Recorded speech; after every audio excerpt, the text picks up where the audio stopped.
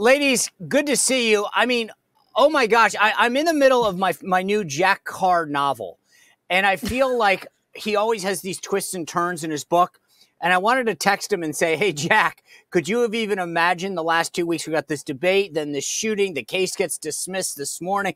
I mean, this is the thing that fiction writers go, I don't know that anyone will buy this. Mm-hmm.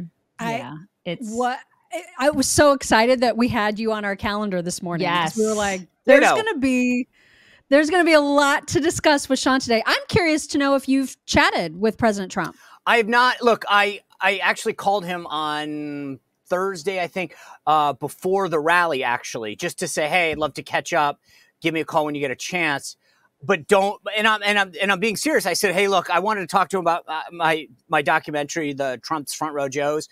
Ironically, by the way, great scenes in Pennsylvania in the documentary. And I just wanted to, he was so gracious. And I said, hey, I just want to catch up, great feedback from a lot of people on the documentary. And so I said, but don't worry. I know you got a lot on your plate. I just didn't want too much time. And I'm thinking, holy smokes. And I don't want to bug him right now. So the answer to your question is, it's not that I don't care or that I haven't. I just thought to myself, I don't have anything additive to say right now. He's got the VP stuff, all this other stuff happening. And so I did talk to a lot of folks on his team. I've talked to a lot of Secret Service folks. And then obviously people who were there, I talked to a lot of folks. But I feel like I don't even know where to start these days. Every day is sort of brings a new turn that I'm going, I can't believe this. And obviously I'm excited that we're talking about, President Trump. Obviously, there was an individual that was killed. I don't want to minimize that, but thank God that we are not having another discussion about the fallout from the death of a political candidate. Mm-hmm. Right. God, it was so close. I mean, just the turn of his head. Well, I'm going to get to that in a minute, but you're right. In fact, I wanted to get to the documents case. Can we get to this? I want to show you guys and everyone this video that somebody posted that's kind of a side-by-side. So let's look at that, because I think that's something that I wanted to touch on.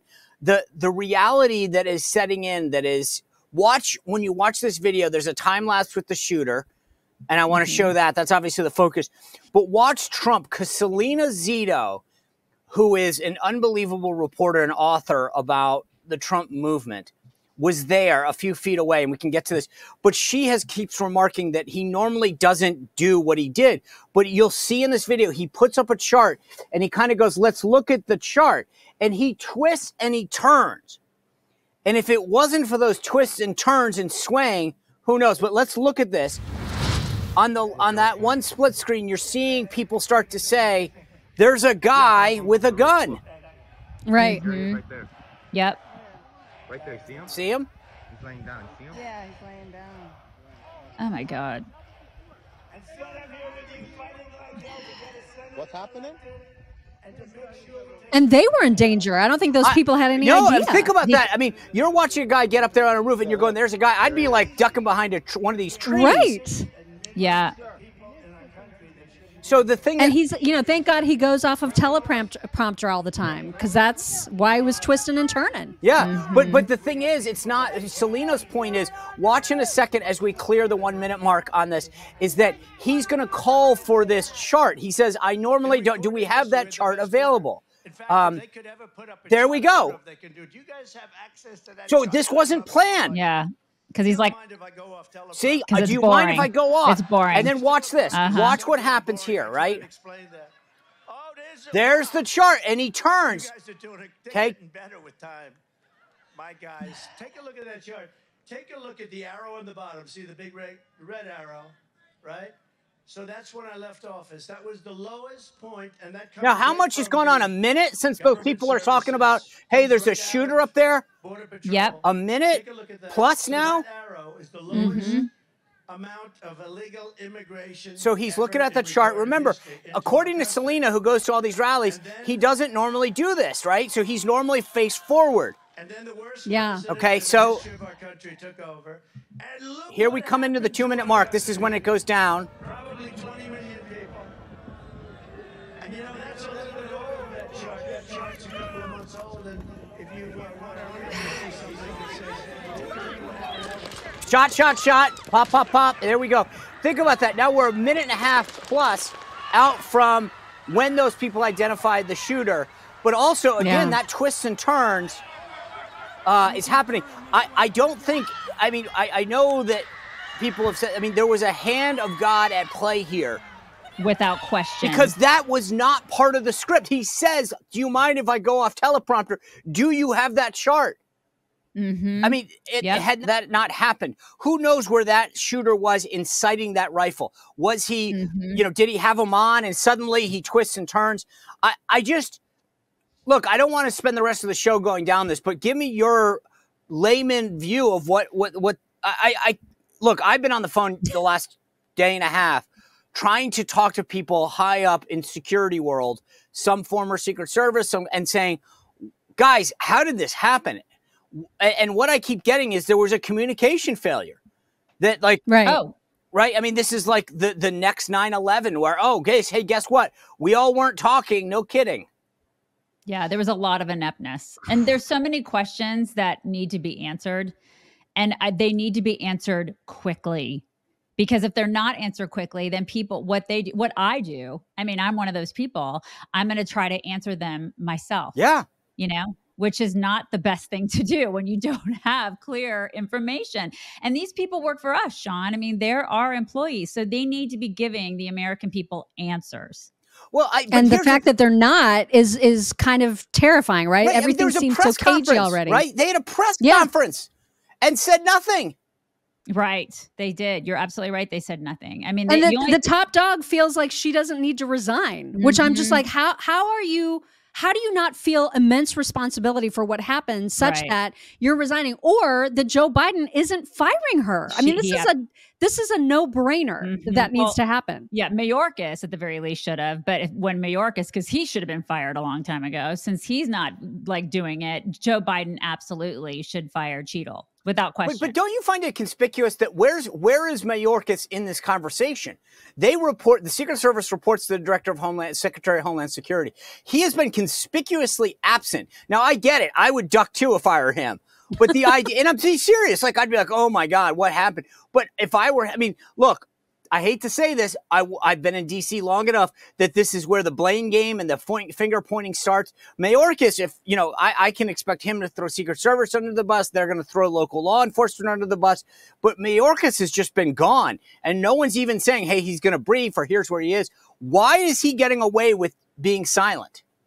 Well, he was at the earlier afternoon yesterday presser or whatever that Joe Biden had. Like his first appearance yesterday, it was Kamala standing next to him along with Merrick Garland and Mayorkas. They were all standing next to him, but they didn't speak or anything, but he was there. So he had a presence, but you're right. He said nothing and it's unacceptable. Well, he's just an epic failure on every level. So I don't expect him to do anything or be held accountable because he's not been held accountable for the border. He's not been held accountable for anything. I don't expect any of these people to be held accountable because if you're in the federal government and you screw up, what we've learned as American citizens who pay their salaries is nothing happens. Absolutely nothing happens is what we've learned. This is why I'm getting at the finger pointing thing. They are all going to figure out who will take the fall for this, but it's not going to be Mayorkas because he won't. I mean, the guy has been an abysmal failure when it comes to border policy. You think suddenly he's going to step up to the plate? I mean, no way. And you see the way that they're all reacting. We need to double down. We need to do that. No one is taking responsibility. Mark my words, folks. The folks in the local PD, right or wrong, are going to own this because this is how it's going to roll down. And they're all going to say, this is who deserves blame. I talked to a lot of people yesterday. There's a report coming out. And in what I will say this, I get it. I'm sympathetic. I've dealt with Secret Service both during the Bush administration and then the Trump. These are unbelievably brave men and women by and large. But at the end of the day, what I got yesterday from asking the same questions that everybody's asking, and I wanted to get as many answers for today, is there was a communication failure between local law enforcement who was supposed to be guarding that building, getting it back to the command post relaying it to the agent. But what I was told over and over again is once the shooter was identified, they had him down within 3 seconds. And they view that as a success. They're like, hey, once we knew him, they had a gun, but we just couldn't go off the premise that, hey, there's a guy on a roof, we should shoot him because you can't shoot innocent civilians until we knew that he posed a threat.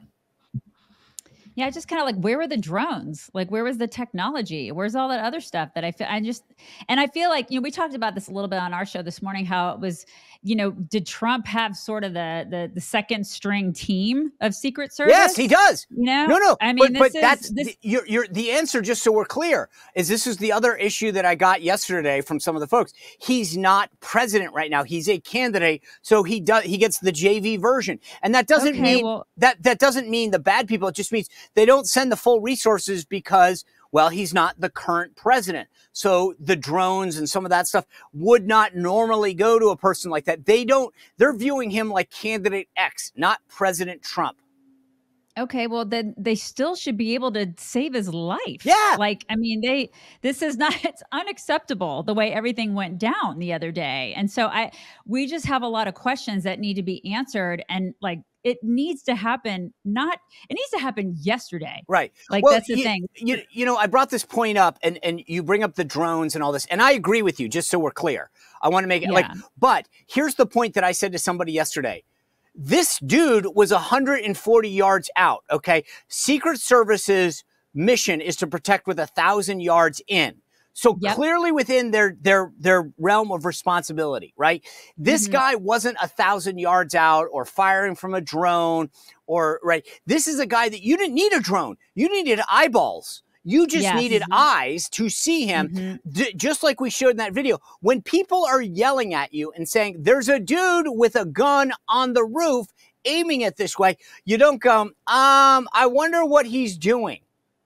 Yeah, and you don't walk away. Like, I mean, there's law enforcement that was told about it, local law enforcement, at least that we assume, was told about it. And then they were like, well, I'm just going to stand down. I mean, you think that even a local law enforcement officer would be like, I'm going to go up there with my gun drawn and figure out what the hell this guy is doing. I feel like that would be their response, their initial response, their immediate response would be to do that. And we're perplexed as to why that didn't happen. Why don't they do that?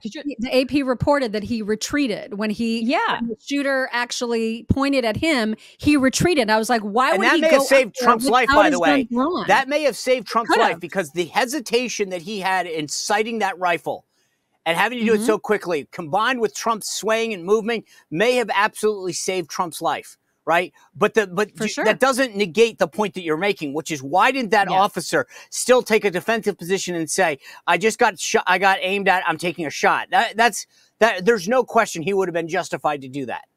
Absolutely. And the fact that the AP is reporting that he retreated when a gun was pointed in his direction, like that contradicts everything about his job role, his actual responsibility. He should have been going up there knowing everybody's screaming, there's a guy on the roof with a gun. His gun should have been drawn and ready to fire. So when the shooter turned and looked at him and aimed at him, boom, you take him out. And it goes back to the questions. You wonder, like, this kid, we don't know a lot about this kid, this noodle-armed, freak 20-year-old who was capable of this, who got up and was able to do this. And then, we're thinking to ourselves, okay, so other countries, like other world leaders are looking at this going, this kid, this weakling little kid was capable of doing this. How did this happen? So we have questions about that.